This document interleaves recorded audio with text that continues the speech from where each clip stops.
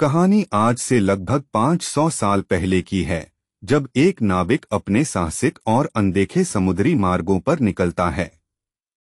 दुनिया के कई हिस्सों में लोग उसे उस व्यक्ति के रूप में जानते हैं जिसने अमेरिका की खोज की, लेकिन क्या सच में कहानी इतनी ही साधारण है?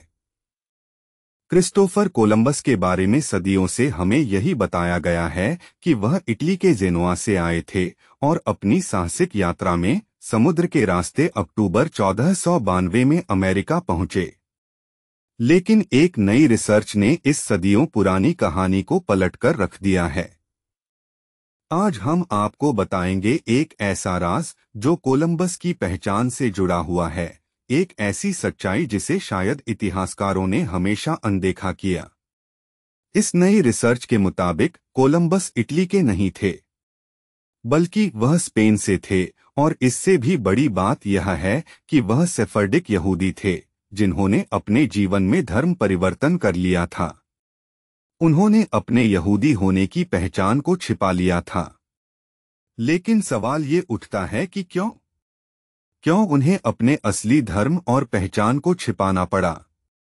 15वीं शताब्दी में स्पेन में यहूदी समुदाय पर भारी अत्याचार किए जा रहे थे। यहूदियों को या तो देश छोड़ने के लिए कहा गया या उन्हें कैथोलिक धर्म अपनाने का आदेश दिया गया। उस दौर में धार्मिक उत्पीड़न अपने चरम पर था। ऐसी परिस्थितियों में यह मुमकिन है कि कोलंबस ने अपनी पहचान को छुपाने के लिए कैथोलिक धर्म अपनाया हो और दुनिया को यही बताया हो कि वह इटली के हैं। अब सवाल यह है कि इस नई रिसर्च में क्या खास है और कैसे पता चला कि कोलंबस की असली पहचान क्या थी? इस नई जानकारी के पीछे का विज्ञान जितना रोमांचक है, उतना ही रहस्यमय भी। सेविले के कैथेड्रल में रखे गए कोलंबस के अवशेषों का डीएनए परीक्षण किया गया और पाया गया कि उनके डीएनए में सेफर्डिक यहूदी गुणसूत्रों के प्रमाण मिले। स्पेन के वैज्ञानिकों ने डीएनए के जरिए यह खुलासा किया कि कोलंबस के बेटे हर्नांडो के माइटोकॉन्ड्रियल डीएनए में यहूदी विशेषताएं मौजूद थीं।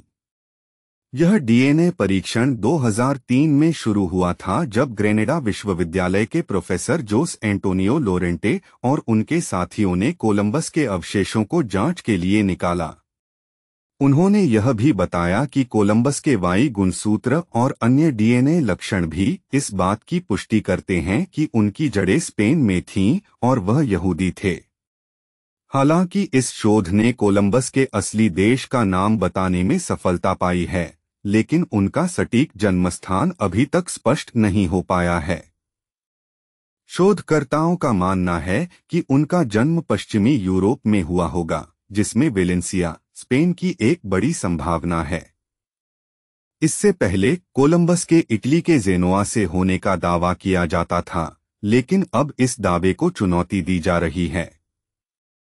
1506 में कोलंबस की मृत्यु स्पेन के वलाडोलिड में हुई थी, लेकिन इसके बाद उनके अवशेषों को कई बार स्थानांतरित किया गया। अंततः उन्हें सेविले के कैथेड्रल में दफनाया गया, जहां उनके अवशेषों को आधुनिक फोरेंसिक जांच के लिए निकाला गया था। कोलंबस के जीवन का यह नया पहलू हमें यह समझाता है कि इतिहास जितना सरल दिखता है, उतना होता नहीं है।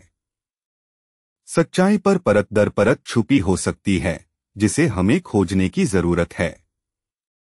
कोलंबस का यहूदी होने का दावा न केवल उनके जीवन पर बल्कि इतिहास पर भी एक नया दृष्टिकोण प्रस्तुत करता है।